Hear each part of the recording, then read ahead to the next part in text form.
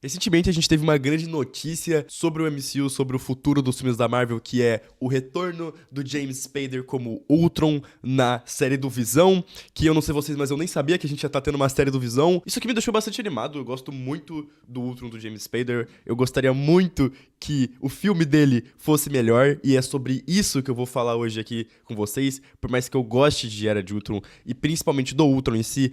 Esse filme ele é uma grande bagunça, né? Eu acho que todo mundo lembra dele com certo carinho porque ele é um filme muito importante. Ele é provavelmente o filme mais importante do MCU pré-Guerra Infinita, tá ligado? Ele gera consequências muito grandes, ele apresenta muitos personagens novos e extremamente importantes, ele desenvolve os personagens que a gente já tinha antes. Foi mais um filme aí dirigido pelo Joss Whedon, que é o mesmo diretor do Avengers 1, outro filme também muito legal, que todo mundo lembra com muito carinho. O Ultron, por si só, é um vilão muito grande dos quadrinhos. Eu sempre gostei muito dele lá. Eu acho que, nos quadrinhos, o Ultron é provavelmente o meu vilão favorito dos Vingadores. Eu sempre tive muito carinho por esse personagem. E ver ele no cinema foi insano, assim. Eu gostei demais de como ele foi adaptado. A única coisa é que eu gostaria que ele fosse mais presente no próprio filme. Ele aparece pouco. Com mais presente, eu quero dizer presença também no sentido de ser mais forte. Eu queria que ele fosse mais perigoso e que eles não tivessem conseguido derrotar ele tão fácil, sabe? Uma das coisas legais do Ultron nos quadrinhos, por exemplo, é que ele sempre volta depois de ser derrotado várias vezes, porque ele é uma inteligência artificial, então ele consegue escapar muito fácil de tudo, e o filme não dá nenhum indício de que ele sobreviveu. Beleza, eu gostaria que tivesse pelo menos isso, sabe? De que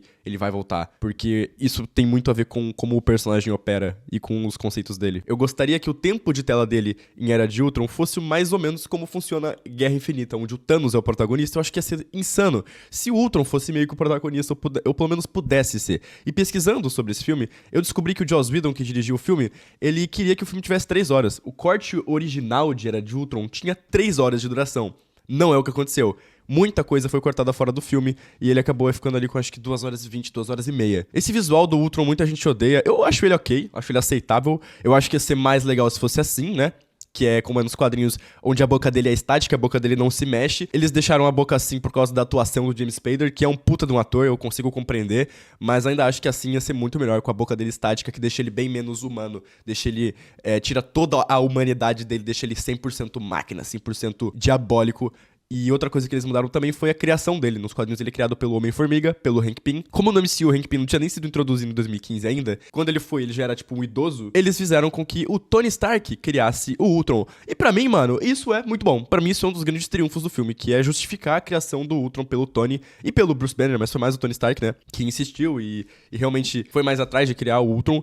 E faz total sentido depois do trauma que ele sofreu no Avengers 1, onde ele levou uma bomba pro espaço e ele viu vários aliens invadindo a Terra e ele ficou traumatizado, sabe? Foi uma coisa bizarra que aconteceu mesmo. A gente também teve o Homem de Ferro 3, onde ele quase perdeu a Pepper. Então ele tá nessa noia de proteger. Ele tava nessa noia de preciso proteger tudo e todos o máximo que eu puder. Vou criar um robô, vou criar uma armadura ao redor do mundo. Então, pra mim, fez total sentido e eles contrastam muito bem um com o outro. E eu acho insano justamente essa parte da consequência, porque é isso que leva pra Guerra Civil. Guerra Civil basicamente só acontece por causa de Era de Ultron. No final de Era de Ultron, o Ultron destrói uma fucking cidade, mata muitas pessoas inocentes. Como ele foi criado pelo Stark, isso gerou consequências com que os governos quisessem colocar uma coleira nos Vingadores, né? Pra eles não saírem por aí destruindo as coisas como se fosse nada, ou entrando em países sem permissão. Isso por si só, Sokovia, o que aconteceu com Sokovia graças ao Ultron, que foi criado pelo Stark, é meio que a única justificativa compreensível pra gente ter a Guerra Civil.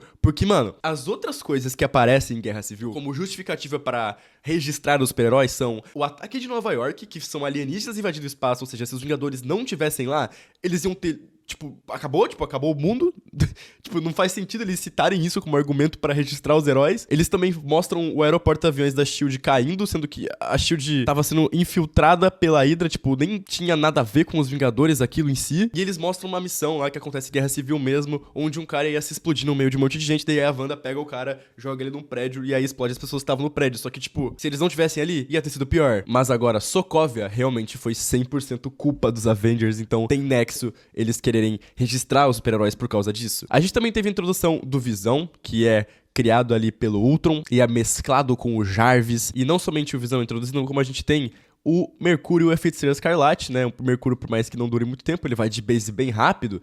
A gente tem a introdução da Wanda, que aos poucos vai se tornando aí uma das personagens mais importantes do MCU inteiro. Ela tem uma participação significativazinha ali na Guerra Civil, Guerra Infinita também, Ultimato também, e depois, mais ainda, ela tem série solo e tudo mais, então legal, ela foi introduzida. A gente tem a dinâmica da equipe sendo mostrada logo no início dos Vingadores originais. Isso é uma coisa que eu gostaria que também a gente tivesse visto mais, sabe? Eu acho que a Marvel não deu tempo suficiente pra gente se apegar a esse grupo aqui, a essas pessoas aqui e as relações entre eles. Nessa época, eles ainda não faziam ideia de como tratar o Thor, e como é um filme do Joss Whedon, o Capitão América é um personagem muito ofuscado. Eu não sei se vocês já perceberam isso, mas o jeito que o Capitão América opera nos filmes do Joss Whedon, nesses dois filmes aqui, é muito diferente de como ele opera nos filmes dos Irmãos Russo, por exemplo. O jeito que o Joss Whedon dirige o Capitão América é meio com desgosto. Eu acho que ele não gosta do personagem e ele trata ele muito mal. Ele é só um grande de um bunda mole nos filmes do Joss Whedon. No Avengers 1, o Capitão América usa uma roupa ridícula, todo mundo zoa ele o tempo todo. Ele não ganha uma luta sequer de ninguém,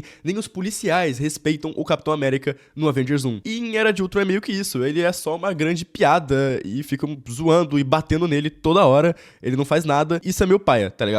Porque ele era pra ser um dos grandes pilares aí da equipe. Tem até uma piada que o Tony Stark faz sobre como o Tony Stark paga tudo, organiza tudo, mas que por algum motivo ele é o chefe, como se não tivesse motivo pro Capitão América ser o chefe dos Vingadores. Então, além de ter esse Capitão América Joss Whedonzado da Silva, a gente tem um Gavião Arqueiro que já tava sendo muito ofuscado no Avengers 1, onde ele fica sendo controlado pelo Loki a maior parte do filme, depois ele meio que não faz quase nada, o que me deixa muito triste, porque o Gavião Arqueiro é um dos meus Vingadores favoritos das histórias em quadrinhos. Nos quadrinhos, o Gavião Arqueiro é um dos Vingadores mais fodas que tem. E eu tô falando sério. É muito triste ele nos filmes ser deixado tão de lado assim. Então, em Era de Ultron, o próprio ator exigiu que o Gavião tivesse mais tempo de tela. Ou morresse. Ele falou, tipo, ou dá mais tempo de tela e desenvolvimento pro Gavião, ou eu quero que ele morra e eu não vou voltar para ser o personagem. E a ideia do Joss Whedon foi dar uma família pra ele. Colocar mais personagens no filme, colocar uma família do Gavião Arqueiro, onde os Vingadores vão todos lá pra casa deles, da família dele, e ficam lá. E é meio que isso. Pra mim, faria muito mais sentido ele só ter relações mais sólidas com outros personagens. Eu gosto muito do diálogo que ele tem com a Wanda, por exemplo. Eu acho um diálogo muito legal, acho um diálogo bonito que encaixa com o personagem, porque a gente tem ela que é muito poderosa, extremamente assustada e com medo lá em Sokovia, e aí o cara que não tem poderes, o único que não tem poderes na equipe inteira, com arco e flecha, falando pra ela, cara, eu tenho arco e flecha, a cidade tá voando, mas vai ficar tudo bem.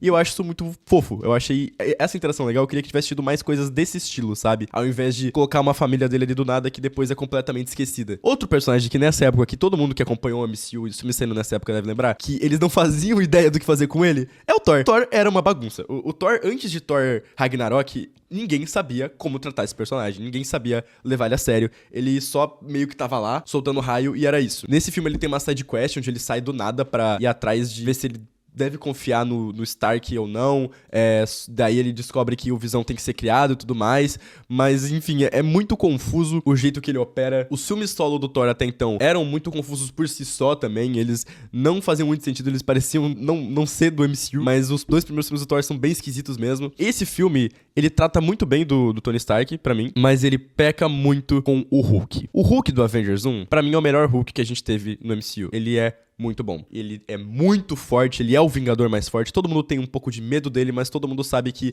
eles precisam do Hulk. Ele é esse perigo necessário, porque ele é muito forte, muito instável, mas ao mesmo tempo ele é um Vingador. Na Era de Ultron, a gente tem um problema aí que é, do nada, off-screen, eles criaram uma relação entre o Hulk e a Viúva Negra. Do nada, isso aqui começou a acontecer, onde ela consegue fazer ele voltar ao normal, sendo que no primeiro filme ele literalmente ataca ela e ela é a primeira pessoa que ele tenta matar. Mas beleza, isso aqui aconteceu off-screen, não sabemos como. E aí tem um romance rolando entre eles, que não faz o menor sentido. Primeiro que eu acho esquisitíssimo, o Mark Ruffalo tem, tipo, 2 vezes a idade da Scarlett Johansson, e é muito esquisito eles flertando um com o outro, tipo, não parece nada natural, eles não têm química nenhuma. Se eles tivessem levado isso aqui pra mais um lado de amizade, ao invés de forçar essa relação bizarra que foi, onde eles tentam justificar, nossa, ele se sente um monstro porque ele virou Hulk e fica descontrolado quando a Wanda entra na mente dele, e ele mata várias pessoas inocentes. E ela se sente um monstro porque ela foi esterilizada quando era criança. Tipo, onde que isso tá na mesma balança? A mulher não poder ter filho ser, tipo, monstruoso como isso que é o Hulk. Mano, é uma coisa muito bizarra esse diálogo existir nesse filme. Chega a ser desconfortável de assistir essa parte. E no fim das contas, meio que foda-se, porque ele só vai embora. Esse romance deles nunca mais é mencionado depois. Até porque ele virou Professor Hulk e ela morre. Queria muito que o Hulk do MCU fosse mais que nem esse Hulk aqui, que é, pra mim, a melhor adaptação do personagem que já foi feita por fora dos quadrinhos. Os Heróis Mais Poderosos da Terra. É muito bom o jeito que eles tratam o personagem aqui. Ele tem uma personalidade própria muito forte e que contrasta super bem com o lado lado de Bruce Banner dele. É um personagem que é muito desenvolvido, principalmente a relação dele com os Vingadores e o porquê ele ajuda os Vingadores e como funciona a psique dele. Fora que no filme ele é derrotado pelo Homem de Ferro. A luta deles é muito legal de assistir, eu não vou negar, é uma puta luta foda, mas pra mim não faz sentido nenhum o Tony Stark vencer do Hulk no soco. Tipo, não faz sentido, não entra na minha cabeça isso. Eles simplesmente nerfaram muito o personagem do primeiro filme pra esse, e nerfaram mais ainda depois, porque em Guerra Infinita ele perde pro Thanos no soco também, e é meio que isso. Eu sei que eles queriam mostrar que o Thanos é forte, mas eles podiam ter feito o Thanos ganhar dele com as joias. Aí tudo bem, mas o Thanos ganhou dele no pelo. Então é muito triste o Hulk ser tão bunda mole. O início desse filme, essa cena aqui, é literalmente a última vez que a gente vê o Hulk no MCU inteiro. Vocês têm noção disso? A gente teve esse Hulk no primeiro Vingadores e no início desse filme, porque depois a gente só tem ele sendo controlado, lutando com o Tony, perdendo pro Tony. Aí em Sokovia, ele aparece muito pouco, tipo, muito pouco mesmo. Ele só estoura uns vilão e dá um soco no Ultron. Aí ele entra no avião e vai embora pra sempre. E acabou o Hulk. Acabou o Hulk. Nunca mais a gente teve aquele Hulk do primeiro Vingadores, que era essa bomba relógio, esse cara que era muito forte, claramente muito mais forte que todos os outros, mas ele ainda era necessário porque eles precisavam dessa força bruta dele, sabe? Além disso tudo, né? Além de, tipo, ter personagens demais nesse filme e ele não conseguir dividir o tempo de tela o suficiente entre todos eles, ou seja, não teve tempo suficiente pro Ultron brilhar e ser tão ameaçador quanto ele deveria. Tem uma coisa ridícula que acontece, que é, tem uma hora que o Ultron sequestra a Natasha, a Viúva Negra, e ele só deixa ela ali e o Bruce Banner resgata ela. Não é nem o Hulk, ele taca ela numa jaula, mostra uns bagulho pra ela e deixa ela lá, tipo, viva. Tipo, por quê? E aí o Bruce Banner chega de casaquinho e salva ela, e aí ela faz ele virar o Hulk, porque ele nem queria virar o Hulk na hora. Esse filme tinha potencial pra ser um dos melhores filmes aí de equipe que a gente teria. Eu acho que as ideias dele não são o problema em si, tá muito mais na organização e execução. Tenho certeza que talvez o corte original do Joss Whedon fosse bem melhor, porque o jeito que ficou realmente tá muito bagunçado, mas eu ainda não consigo gostar de alguns conceitos dele, como o jeito que ele trata o Hulk, como eu falei, o jeito que ele trata o Capitão América, o jeito que ele tratou o Gavião Arqueiro, eu acho bem intancável, eu acho que é bem, de certa forma, até desrespeitoso com esses personagens, com tudo que tava sendo estabelecido até então, desde o Avengers 1. Esse filme tem muita informação mesmo, um filme muito expositivo, sabe? Tem muitos personagens novos chegando, tem muita coisa bizarra acontecendo, e no final a gente tem essa meio que formação desses novos Vingadores aí, porque o Thor decide dar no pé do nada. Acho que é de longe um dos filmes mais divertidos de se revisitar, mesmo ele tendo todos esses problemas que eu citei. As cenas de ação dele ainda são muito legais, mas ele tem muitas coisas que não fazem sentido, e é justamente porque ele não teve tempo o suficiente pra desenvolver todas essas milhões de núcleos e estão divididos entre todos esses personagens, sabe? São personagens demais, mano. Mas é meio que isso aí que eu tinha pra falar sobre Era de Ultron, mesmo com tudo isso que eu falei. Ainda é um filme que eu lembro com muito carinho, principalmente por causa do James Spader. Cara, o Ultron dele é sensacional. Tô ansioso pra ver como vai ser o retorno dele. Comenta aí o que você achou, o que você pensa desse filme. Se inscreve no canal, deixa um like aí pra me ajudar também. E me segue na Twitch, que eu quero muito voltar a fazer live aí no próximo mês. Vai ser bem legal, dá pra trocar muita ideia junto e fazer esse tipo de parada ao vivo. Tamo junto, gente.